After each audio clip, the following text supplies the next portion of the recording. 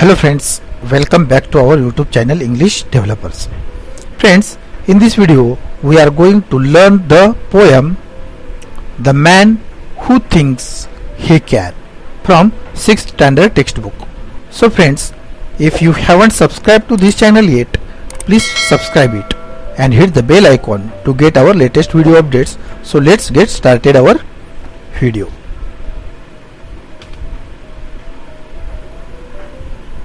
The poem name is The Man 2.5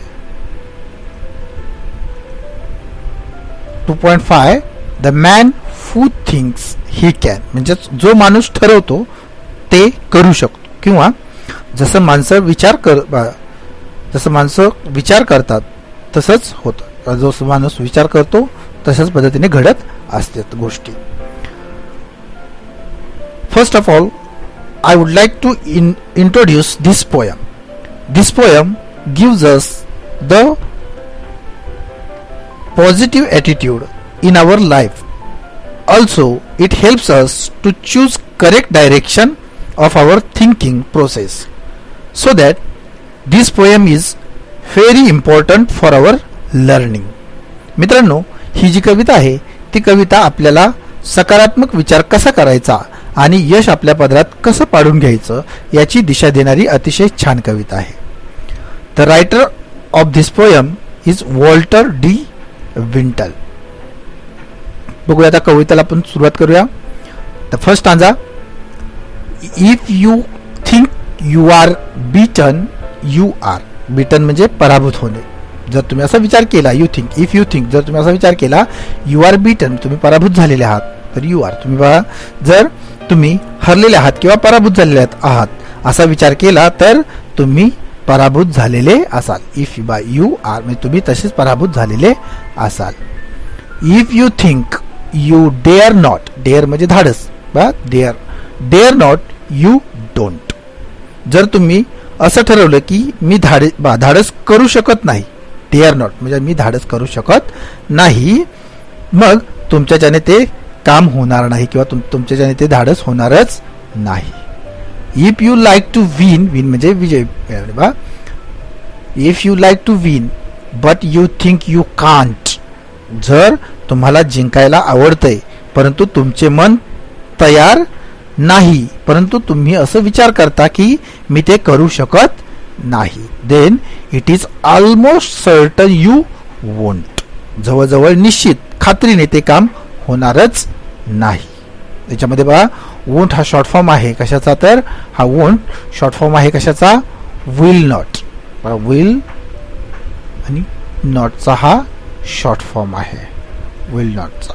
now second stanza आता आपण बघूया बघा, हा वोंट. आता सेकंड स्टांजा बघूया बघा. In second stanza, if you think you will lose you are lost. जर तुम्ही असा विचार केला की तुम्ही निष्प्रभ झालेले आहात किंवा तुम्ही हरलेले आहात तर मग तसंच होईल, तुम्ही हरलेले असाल. For out of the world we fight. म्हणजे जगभराचा आम्ही अभ्यास केला आहे आणि आम्हाला असे सापडले आहे की success begins with a fellow will. यश कुठून सुरू होत आहे, तर बघा, व्यक्तीच्या प्रबळ इच्छेतूनच यश सुरू होत आहे. प्रबळ विल म्हणजे विल पॉवर म्हणजे इच्छाशक्तीतूनच यश निर्माण होत असतं. इट इज और it's all in the state of mind. तर ते कुठे यश बघा, ते यश तुमच्या मनाच्या अवस्थेमध्ये लपलेलं असतं, तुमच्या मनामध्येच ते लपलेलं असतं. नाव आता आपण पुढचा स्टांजा बघूया, third stanza. Third stanza, if you think you are out class you are. तुम्ही आधीच विचार केलाय की तुम्ही मागे पडलेले आहात. आउट क्लास म्हणजे तुम्ही मागे पडलेले आहात, तुमचं बळ नाहीसे झालेलं आहे असं तुम्हाला वाटत असेल, तर तुम्ही प्रभावहीन झाला आहात, तर मग यू आर म्हणजे तुम्ही तसेच होईल. तुम्ही जसा विचार कराल तसंच होईल. You have got to think high to rise. तुम्हाला स्वतःचा जर उद्धार करायचा असेल तर तुम्हाला उच्च विचार ठेवावा लागेल. हाय राईज थिंक हाय म्हणजे तुम्हाला उच्च विचार ठेवावा लागेल.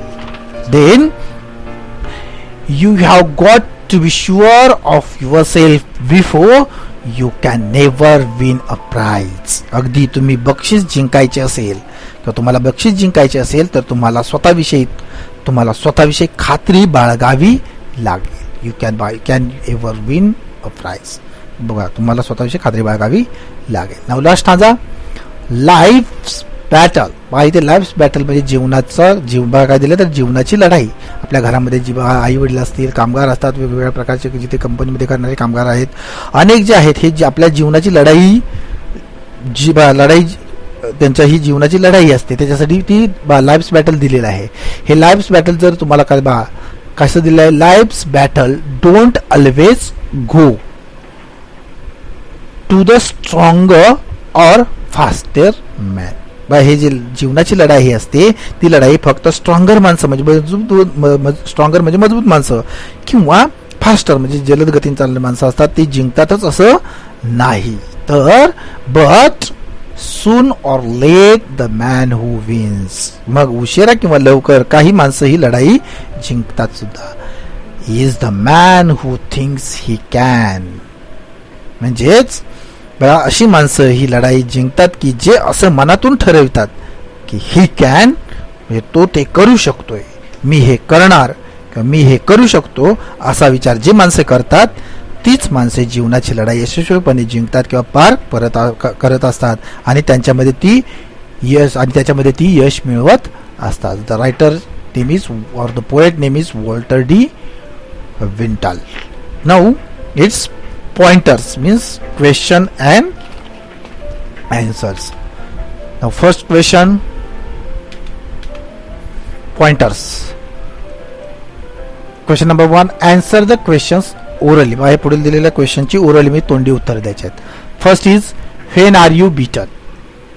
बघा, तुम्ही कधी पराभूत होता तर answer is when you think you are beaten. जेव्हा तुम्ही पराभूत झालेला असाल असं ठरवता मनाशी तेव्हा तुम्ही खरंच पराभूत झालेला असाल. बी when are you afraid of doing something. Answer is when you don't dare. C when will you not win. Answer is when you think you can't win. D when are you lost. Answer is if you think you will lost. Second question. Now come to the next question. E where does success begin. Answer is success begin in the state of mind of a person.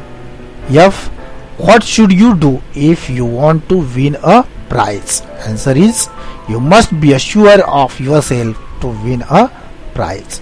G do you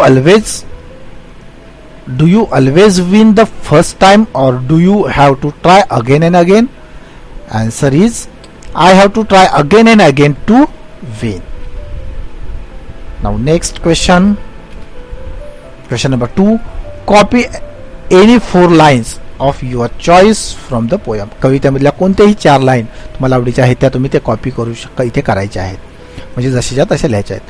question number 3, say the following statement aloud as if you are. म्हणजे ही पुढील जी statements आहेत ते मोठ्याने बोलायचे आहेत. जसं nervous आहे, अफ्रेड, अँग्री, हॅप्पी, कॉन्फिडंट. याचं दिलं बघा कसं दिलं, we must win this match किंवा I want to learn this song, I will finish my homework in time. हे मोठ्याने तुम्ही बोलू शकता किंवा वाचायचं आहे. Question number 4, from groups of 5 म्हणजे 5 जणांचे ग्रुप करून काय करायचं बा, discuss with the examples how your state of mind can help you to do something, how it helps you to try harder and better करण्यासाठी. उदाहरणार्थ बघा कसं आहे, I fail to get good runs in a cricket match, I decide to improve my batting, I work hard, practice daily and I could become the highest run getter in the next match. Now next, learning about language. Language study सारखा भाग आहे बघा. using apostrophe. apostropheचा वापर कसा केलेला गेलेला आहे तो आपल्याला याच्यामध्ये बघायचा आहे. note that the word in A means A मधले शब्द बघायचे आहेत बघा. are all short forms. याच्यामधले ए मधले सर्व याच्यामधले ए मधले शॉर्ट फॉर्म आहेत. Of the words given in the B. B मध्ये दिलेल्याचे ते शॉर्ट फॉर्म आहेत किंवा कॉन्ट्रॅक्टेड फॉर्म्स आहेत ह्याचे, या बी मध्ये दिलेले एचे. तसं बघा डू नॉट आहे त्याचा शॉर्ट फॉर्म आहे डोंट. जसं कॅनॉटचा शॉर्ट फॉर्म आहे कांट. त्याच्यानंतर विल नॉटचा शॉर्ट फॉर्म आहे वोंट. त्याच्यानंतर यू विलचा शॉर्ट फॉर्म आहे युल. यू आरचा आहे यू आणि आर ई. त्याच्यानंतर आहे यू हॅवचा आहे you and V. This is short form. But fellow's and life's stand for the of a life, of a fellow and of life respectively. The sign apostrophe is called a apostrophe. बघा हा जे चिन्ह आहे हे apostropheचं चिन्ह आहे. It is use in the short form. हे शॉर्ट फॉर्म मध्ये वापरलं जातं to show that some letters in the word have been drop. म्हणजे याच्यामधले काही शब्द ड्रॉप केलेले असतात. जसं डू नॉट याच्यामधला बघा डीओ डू आहे आणि एन आहे आणि त्याच्यामधला ओ ड्रॉप केलेला आहे आणि टी म्हणजे डोंट, अशा प्रकारचं. The apostrophe is also use with yes. Yes च्या बरोबर जोडलेलं असतात बऱ्याच वेळा. In phrases like Mona's shoes, Mohan's ruler, cat's for etcetera. अशा प्रकारे बघा याच्यामध्ये यस जोडलेला आहे. Find at least 5 examples each of a short form and a noun plus subject means yes.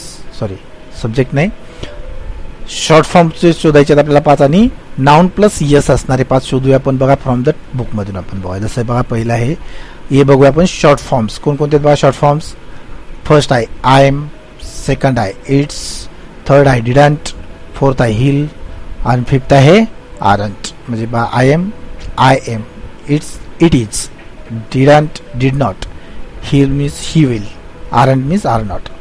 आता नाउन प्लस यस असणारे बघूया आता कोणकोणते येतात. सोमदत्ताज बिझनेस म्हणजे बिझनेस ऑफ सोमदत्ता. नंतर आजीज श्रीखंडवडी म्हणजे श्रीखंडवडी ऑफ आजी. देन थर्ड आहे केमियाज फादर म्हणजे फादर ऑफ केमिया. फोर्थ आहे अक्षयज हाऊस म्हणजे हाऊस ऑफ अक्षय. आणि फिफ्थ आहे man's son means son of man. अशा प्रकारे आपल्याला हे apostrophe लिहिता येईल.